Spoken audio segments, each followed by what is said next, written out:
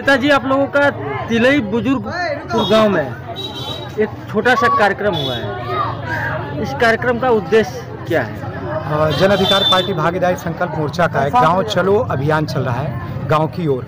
उसी के तहत ये जो ग्रामीण चौपाल लगाई गई है, जिसमें सबसे महत्वपूर्ण बिंदु जो जन अधिकार पार्टी भागीदारी संकल्प मोर्चा का कार्यक्रम है, जो उसकी नीतियां हैं, जो मांगे हैं, उन मांगों को ले करके हम गांव तक अपनी बात रखने आए हैं कि जिन बिंदुओं पर हम सरकार को 22 जून से लेकर लगातार प्रत्येक सोमवार को हम ज्ञापन देते जा रहे हैं, उन्हीं सारे बिंदुओं की चर्चा हम अपने ग्रामीण भाइयों के साथ करने आए, माताओं के साथ करने आए, और उस गांव तक जहां से सरकार बनती है, ताकि उस अंतिम व्यक्ति तक हमारे लोगों की आवाज़ पहुंचे और वो लोग भी सरकार की जन विरोधी नीतियों के खिलाफ आवाज़ बुलंद कर सकें। अभी आपने अपने वक्तव्य में कहा कि जन अधिकार पार्टी अपने प्रत्याशी भी चुनाव में उतारेगी। जी बताइए कि आपकी पार्टी, अभी आपका जिला पंचायत चुनाव होने वाले हैं 2-4-5 महीने के अंदर, इसमें क्या मुद्दा लेकर आपकी पार्टी चुनाव लड़ेगी?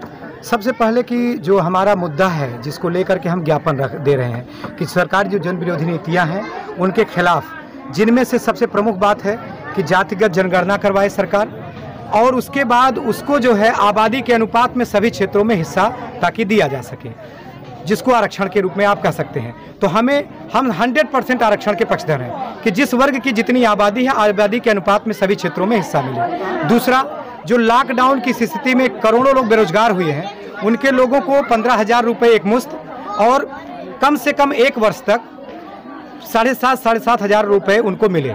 जो किसान वर्ग है, मझोला किसान है, छोटा किसान है, या जो हमारे छोटे व्यापारी हैं, रेहड़ी वाले हैं, जिनका छोटा छोटा कर्ज है, उनके कर्ज भी 2 लाख तक के माफ़ किए जाएं। इसके अलावा जो महंगाई है, जो पेट्रोल डीजल का दाम बहुत महंगा किया गया है और किसानों का जो अहित हो रहा है, उनके खिलाफ भी हमारा मुद्दा बनाए हैं, वो भी हमारे मुद्दे हैं। राष्ट्रीय शिक्षा नीति में जो प्राइवेटाइजेशन करने की बात की गई है, जो जाति आधारित जो व्यवसाय को आगे बढ़ाने या उसको महत्व देने की बात की गई है कि कुछ विशेष जातिवार भी उस चीज़ को बढ़ाया जाए, हम उसके खिलाफ हैं, उस पर भी अपनी बात रख रहे हैं गांव में लोगों के बीच में जा कर के। और इसके अलावा जो अपराध हो रहा है, महिलाओं के खिलाफ अपराध हो या अपराध का जो बेलगाम हो चुका है पूरे उत्तर प्रदेश में, उसके खिलाफ भी हम लगातार लोगों को जन जागरूक कर रहे हैं। जन अधिकार संकल्प भागीदारी संकल्प मोर्चा, भागीदारी संकल्प मोर्चा में कितनी पार्टियां? जन अधिकार पार्टी के नेतृत्व में भागीदारी संकल्प मोर्चा बनी है, जिसमें माननीय बाबू सिंह कुशवाहा जी, ओम प्रकाश राजभर जी, केवट राम धनी बिंद जी, बाबू राम पाल जी, रामकरण कश्यप जी, अनिल सिंह चौहान जी और श्रीमती कृष्णा पटेल जी, 8 पार्टियां हमारी शामिल हैं। क्या बिहार चुनाव तत्काल होने वाले हैं, इसी माह से स्टार्ट हो जाएंगे? क्या आपकी पार्टी वहाँ भी? नहीं, अभी हमारी पार्टी वहाँ वजूद में है, लेकिन अभी इस समय हमारा पूरा फोकस उत्तर प्रदेश में है कि हम उत्तर प्रदेश में जो कुशासन है, उस कुशासन को हटा करके भागीदारी संकल्प मोर्चा की सरकार बनाए, ताकि जो अंतिम व्यक्ति है, जो संविधान की प्रस्तावना में बात लिखी गई है, जिसको संविधान का आत्मा या हृदय कहते हैं, कि सभी जाति धर्मों के लोगों को सामाजिक, आर्थिक और राजनीतिक न्याय मिले। और ये न्याय तब मिल सकता है जब तक उनको सामाजिक, आर्थिक, राजनीतिक सभी क्षेत्रों में हिस्सेदारी मिलेगी, और उसी हिस्सेदारी दिलाने के लिए ही हम लोग ये पूरी लड़ाई लड़ रहे हैं। और उसका नारा है भागीदारी संकल्प मोर्चा का कि जिसकी जितनी संख्या भारी उसकी उतनी हिस्सेदारी। हम दूसरे का हिस्सा नहीं लेना चाहते, लेकिन हमें हमारा हिस्सा चाहिए, ताकि सभी समाजों को उनके हिस्से आनुपातिक रूप से मिल सके, और वो भी सभी क्षेत्रों में। वर्तमान सरकार जो बीजेपी सरकार प्रदेश में और केंद्र में चल रही है, इसमें भ्रष्टाचार आपको जगह जगह देखने को मिल रहा है। भ्रष्टाचार तो पूरी तरीके क्या कहना चाहेंगे? भ्रष्टाचार तो जिस कंडीशन में पहुंच गया, क्राइम भी बढ़ गए हैं, क्राइम भी आप क्या कहना चाहेंगे? भ्रष्टाचार इतना बढ़ चुका है, संस्थागत रूप ले चुका है। न केवल राजनीतिक कार्यपालिका, सरकार, प्रशासन, बल्कि न्यायपालिका में भी इस तरीके की बातें हो रही हैं, और लगातार उनके जज लोग ही इसके खिलाफ खड़े होने लगे हैं।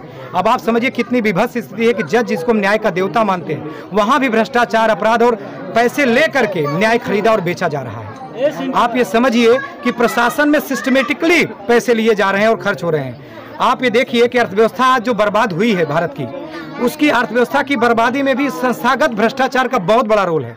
हमें कहा गया कि भ्रष्टाचार जो काला धन है नोटबंदी में है, नोट से है, जो नोट के रूप में करेंसी के रूप में भ्रष्टाचार की थी, काले धन की बात कही गई थी। आप देखिए कि जब नोटबंदी कर देने के बाद भी रिजर्व बैंक का आंकड़ा आया तो 99.3% से ज़्यादा नोट करेंसी के जो आरबीआई के थे वो वापस आ गए। ये आरबीआई का रिपोर्ट है। तो आखिर काला धन था कहाँ?